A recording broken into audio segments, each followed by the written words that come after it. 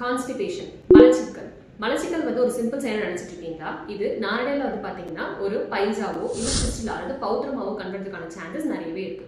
So constipation ஏன் வருது முக்கியமா அப்படின்னு பார்த்தா ஒரு 3 முக்கிய காரணங்கள் இருக்கு. ஃபர்ஸ்ட் வந்து பாத்தீங்க அப்படின்னா நீங்கள் ஃபைபர் அதிகமாக எடுக்கல உங்கள் ஃபுட்டில் அப்படின்ற போது இன்க்ளூட் பண்ணுற போது உங்களுக்கு கான்ஸ்டிபேஷன் வரும். செகண்ட் என்னன்னு பார்த்தீங்கும் போது டீஹைட்ரேஷன், அதிகப்படியான வாட்டர் வந்து உங்கள் பாடிக்கு வந்து தேவைப்படுற போது நீங்கள் அதை எடுக்கல அப்படின்ற பட்சத்தில் கான்ஸ்டிபேஷன் கிரியேட் ஆகும். Third lack of exercise. So மூமெண்ட்டே இல்லாமல் இருக்கீங்க அப்படின்ற பட்சத்துலேயும் வந்து கான்ஸ்டிபேஷன் ஹிஸ்ட்ரி வந்து எல்லாருக்கும் இருக்கும். ஸோ இதுக்கான ரெமடிஸ் என்னன்னு பார்க்குறோமா? ஃபர்ஸ்ட் சொன்னது நம்ம வந்து ஃபைபர் இன்டேக். ஸோ ஃபைபர் அதிகமாக இருக்க காய்கறிகளும் சரி இல்லை ஃப்ரூட்ஸும் சரி நீங்கள் அதிகமாக எடுக்கும்போது உங்களுக்கு கான்ஸ்டிபேஷன் ரிடியூ ஆகிறத பார்க்க முடியும். ஸோ இது மட்டும் இல்லாமல் chia seeds, flax seeds and then வந்து ஆல்மண்ட்ஸ் வந்து நீங்கள் அதிகமாக எடுக்கலாம். கீரை வகைகள் எல்லாமே வாரத்தில் கண்டிப்பாக ஒரு மூணு நாளாவது வந்து நீங்கள் கீரை எடுத்துக்கிட்டு பார்த்துக்கோங்க. சால்ட்டில் வந்து இந்துப்பு வந்து ஆட் பண்ணுறதுக்கு இனிமேல் வந்து ஆரம்பிச்சிடுங்க. நெக்ஸ்ட் வந்து பார்க்கும்போது செகண்டாக சொன்ன ரீசன் வந்து டீஹைட்ரேஷன்.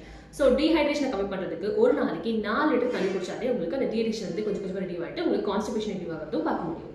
தேர்ட் என்னன்னு பார்க்கும்போது லேக் ஆஃப் எக்ஸசைஸ். ஸோ கண்டிப்பாக ஒரு நாளைக்கு 20 நிமிஷமாவது உங்களுக்கு வார்ம் அப் எக்ஸசைஸ் வந்து பண்ணிக்கோங்க. இது மட்டும் இல்லாமல் உங்களுக்கு வர போசஸ் ஏதாவது வந்து பார்த்தீங்கன்னா ஒரு கோப்ரா போஸோ இல்லை போ போஸோ இது மாதிரி வந்து பார்த்தீங்கன்னா உங்களுக்கு சைல்ட் போஸோ ஈஸியாக வர போசஸ் வந்து நீங்கள் வந்து பண்ணிட்டு வரது மூலியமாகவும் உங்களுக்கு வந்து கான்ஸ்டிபேஷன் ரிடியூ ஆகும். இது மட்டும் இல்லாமல் குக்குடாசனம் பண்ணுறது மூலியமாகவும் உங்களுக்கு வந்து கான்ஸ்டிபேஷன் வந்து ரிடியூ ஆகிறத பார்க்க முடியும்.